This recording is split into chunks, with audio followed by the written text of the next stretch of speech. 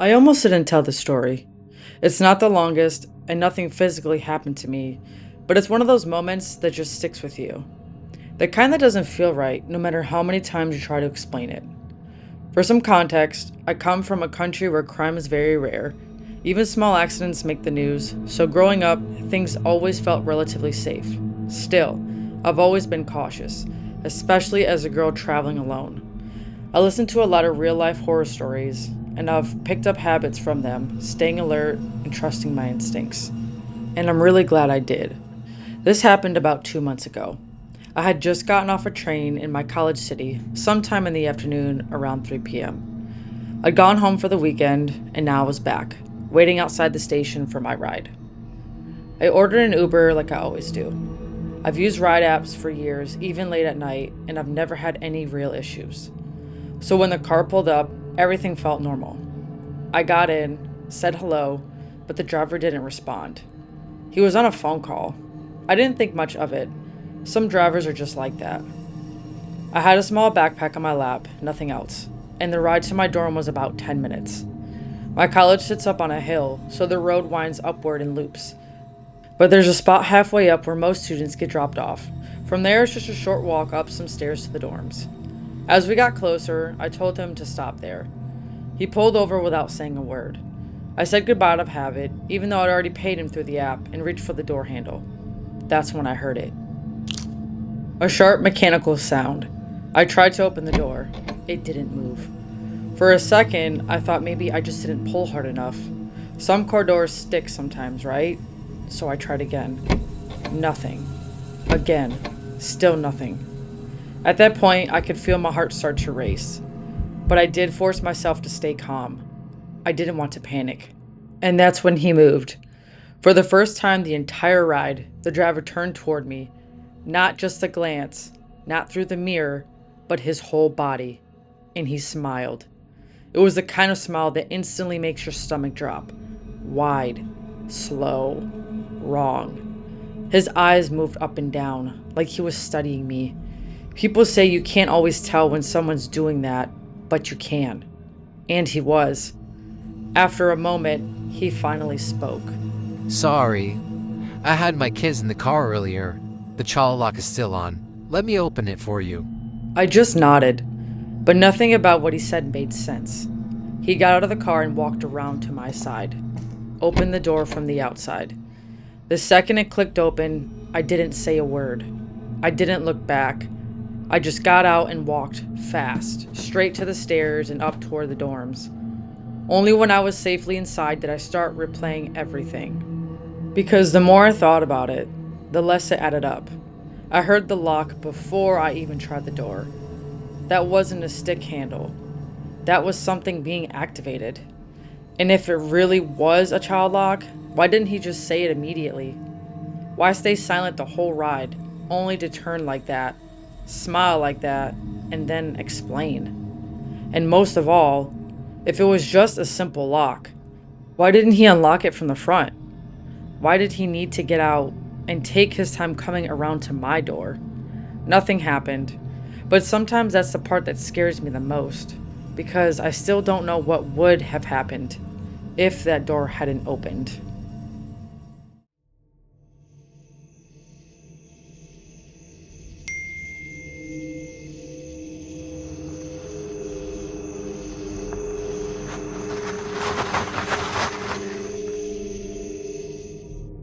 It happened a couple months ago, on a night that felt normal, until it didn't. I was at a friend's house, the kind of night where time slips by without you noticing. By the time I checked my phone, it was already past 2 a.m. Staying over would have made more sense, but I've always had this thing about sleeping in my own bed. So I did what I thought was the next best option. I called an Uber. My friend lived out in the middle of a rural part of town, the kind of place where streetlights are scarce and everything feels quieter than it should. It took a while for a driver to accept the ride, and when one finally did, I remember feeling a small wave of relief. The drive home was supposed to take about 40 minutes. When the car pulled up, I said goodbye to my friend and got in. The moment I closed the door, the driver turned slightly and smiled. You're really pretty. You know that? The words hit me wrong. Not aggressive, not outright creepy, but enough to make something in my chest tighten. I forced a small thank you and looked down at my phone, hoping that would be the end of it. It wasn't. About 5 minutes into the drive, he spoke again. Was that your boyfriend back there? My stomach dropped. I hadn't mentioned anything about who I was with, but I knew he must have seen my friend standing in the doorway when I got in. For a second, I thought about correcting him, but something in me said, don't. Yeah, I answered. He's a lucky guy, having someone like you. I didn't respond this time. I just stared at the map on my phone, watching the little arrow move along the route, trying to focus on something normal. 10 minutes in, everything changed. You know, I can take a quicker route. Shortcut. Before I could even respond, the car turned. I looked down at my phone again, and my heart started pounding. The route had shifted. The blue line that was supposed to guide us back toward the city now curved deeper into the dark, empty roads. No lights, no houses, just long stretches of nothing. This doesn't look right, I said, trying to keep my voice steady. It's faster. But it didn't feel faster. It felt wrong. Every instinct in my body started screaming at me. I could feel it building, this quiet, rising panic that made it hard to think clearly. My hands were shaking as I grabbed my phone and called my dad. No answer. Of course not. It was after 3 a.m. The ringing felt too loud in the silence of the car. I hung up, my chest tightening, and for a split second, I didn't know what to do. Then I dialed 911. When the operator picked up, I didn't say what was really happening. I couldn't. Not with him sitting right there. So I pretended. Hey, Dad, I said, forcing my voice to sound normal. Yeah, I'm in the Uber. I'll be home soon. There was a pause, but the woman on the other end understood immediately. She didn't question it. She just played along. As I kept talking like everything was fine, she started asking me yes or no questions. The color of the car, the type, my location, and whether I felt safe. Are you in danger? I I don't know. The words felt heavy, like saying them made everything more real. She stayed calm, steady, grounded in a way I desperately needed. After a moment, she gave me instructions. Tell the driver to get on the highway. I glanced up. We weren't far, maybe 5 minutes away. Relief flickered, but it didn't fully settle. Then, have him take you to an address near the police station. An officer will meet you there.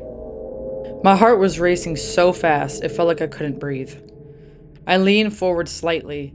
Hey, can you actually drop me off somewhere else? It's closer to where I need to go. For a second, he didn't respond. Then, finally, he nodded. Yeah, okay. The turn back towards civilization felt like the longest 5 minutes of my life. I stayed on the phone the entire time, still pretending, still answering quietly when the operator asked questions. Every second stretched. Every shadow outside the window felt heavier. Until finally, we pulled into a neighborhood. As the car slowed, I saw it. A police cruiser parked just a few houses down, lights off, waiting. The moment the car stopped, I didn't hesitate. I opened the door, stepped out, and walked straight toward it, trying not to run, but feeling like I might. I didn't look back. I don't know what would have happened if I hadn't made that call. Maybe nothing. Maybe I was overreacting. Maybe my anxiety got the best of me. But I do know this. Something felt wrong. And sometimes that's enough. Now I only take rides during the day. I always share my trip with someone I trust. I don't ignore that feeling anymore. The one that tells you something isn't right.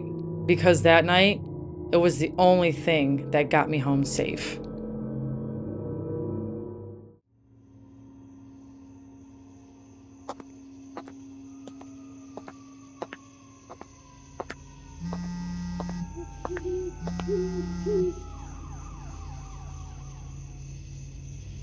It was supposed to be a simple ride home. The kind you don't even think about twice. It was a little after 1:30 in the morning when I finally decided to leave my friend's house. We'd been hanging out for hours, completely losing track of time like we always did. By the time I checked my phone, it was already late enough that staying over would have made more sense. But I hate staying anywhere that isn't my own bed. So I stepped outside, wrapped my jacket tighter around me, and ordered an Uber. The street was quiet, too quiet.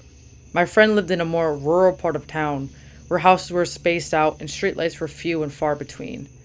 The only sound was the occasional wind brushing through the trees and the faint hum of insects in the distance. It took less than a minute for a driver to accept my ride. I remember thinking that was fast. At the time, it felt like luck.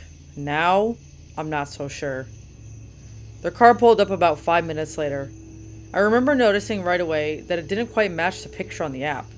Same color, same license plate, but the car looked older, worn down, like it had been on the road far longer than it should have been. Still, everything matched. So I got in. Hey, It was flat, not rude, not friendly, just empty. Hi, I replied, buckling my seatbelt. The doors locked the second I shut mine. I told myself that was normal. We pulled away from the curb and I glanced back at my friend's house one last time. The porch light was still on, the door slightly open like they were watching to make sure I got in safely.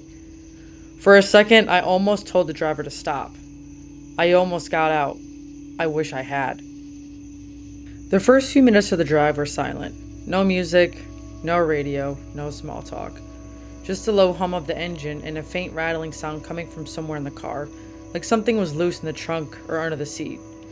I shifted slightly, trying to ignore it. That's when my phone buzzed. I glanced down. Uber notification. Your driver has arrived. I frowned. I was already in the car. I looked up slowly. The driver was staring at me through the rearview mirror. Not glancing, staring. you just got picked up. Yeah, I know. He didn't respond. He just kept staring for another second. Then he turned his eyes back to the road. Something felt off. I couldn't explain it yet, but I felt it. That quiet, creeping feeling in your chest that tells you something isn't right. I opened the Uber app to check the route, and that's when everything changed. The map showed my car, still sitting at the pickup location, not moving. But outside the window, streetlights were passing.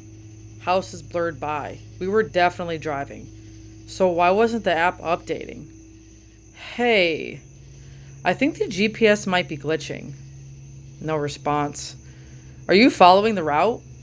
Nothing. His hands tightened slightly on the steering wheel. Then, without warning, he turned onto a road that wasn't on the map. My heart started to race. This isn't the way. It's faster. Same tone, same empty voice. I looked back down at my phone. The map hadn't changed. Still sitting at my friend's house. Then my phone buzzed again. Another notification. Uber notification. Your driver is waiting for you. My stomach dropped. Waiting? Where? I looked at the driver, then back at my phone. My hand started to shake. Can you stop the car? No answer. Please, just pull over. No. Just one word. Cold. Final. I reached for the door handle. Locked. I pulled again. Harder. Nothing. My breather started to quicken. My chest felt tight, like the air was being slowly pulled out of the car. Let me out, I said. He didn't respond. He just kept driving. The road around us had changed. No more houses, no more streetlights. Just darkness. Endless, empty darkness stretching out on both sides. The kind that swallows everything. My phone buzzed again. I didn't want to look, but I did. Driver, I'm outside. My entire body went cold. I slowly turned my head toward the driver. You're not my driver. For the first time, he smiled. It wasn't normal. It was too wide, too still, like it didn't belong on his face. The car slowed to a stop. We were in the middle of nowhere. No lights, no signs, nothing. The engine idled quietly. Go ahead. My hand trembled as I reached for the door again. This time, click. It unlocked. I didn't think. I didn't hesitate. I threw the door open and ran. I ran into the darkness, not caring where I was going. My shoes hit gravel, then dirt, then pavement again. My lungs burned. My heart pounded so loud it felt like it might burst out of my chest. But I didn't stop. I couldn't. Not until I physically couldn't anymore. When I finally collapsed, gasping for air, I forced myself to look back. The road was empty. Completely empty. No headlights, no car, no sign that anything had ever happened there. I called the police. My voice shook so badly I could barely explain what happened. It took them a while to find me, but when they did, they brought me back to my friend's house. That's when everything got worse. They checked the Uber logs, confirmed the driver assigned to me had never picked me up. He had been outside my friend's house the entire time, waiting. I don't use Uber anymore, I don't take rides alone at night, and I never ignore that feeling in my gut again. Because sometimes, late at night, when everything is quiet, my phone still lights up no matter where I am, no matter what time it is. I get the same notification every time. I'm outside. If you made it this far, would you have gotten in that car? Comment "I'm outside" if this gave you chills. And don't forget to like and subscribe for more stories like this.